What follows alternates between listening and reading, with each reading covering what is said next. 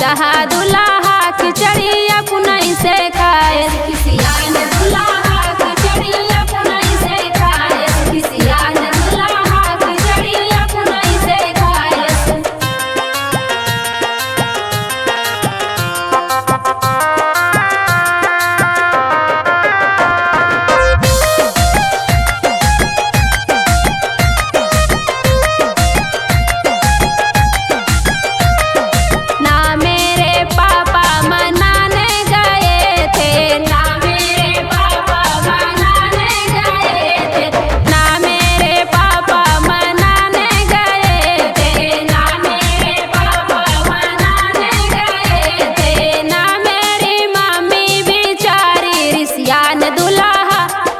चाहा दुल्हा खिचड़ी अपनई से खाए किसियान दुल्हा खिचड़ी अपनई से खाए किसियान दुल्हा खिचड़ी अपनई से खाए किसियान दुल्हा खिचड़ी अपनई से खाए।